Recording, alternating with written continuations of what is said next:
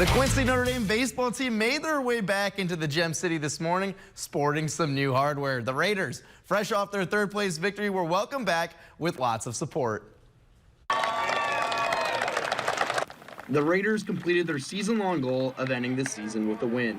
The blue and gold capped off their 2023 campaign, taking home third-place honors, and they credit their success to their camaraderie.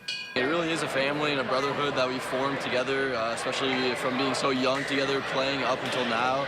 It's a brotherhood, and we stick together. A brotherhood that has been through thick and thin this past week. The Raiders are poised to deliver, even though it was difficult. You know, nothing's going to break that bond.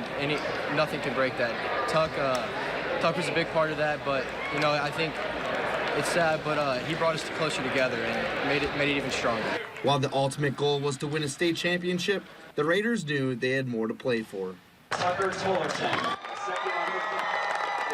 This weekend's not going to be defined on whether you win or not. It's going to be how we rally together and fight for each other. And I think that was really a principle that reigned true throughout the season, throughout that tournament especially. Miller, one of the captains of the team, will always cherish the brotherhood of QND baseball. It never seems like it's going to be over till it's over.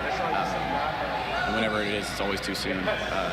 You always wish you just had one more time, and I think that's going to kick in. I'm going to miss it a lot. I'm going to miss these guys. I'm going to miss the faculty. I'm going to miss the coaches.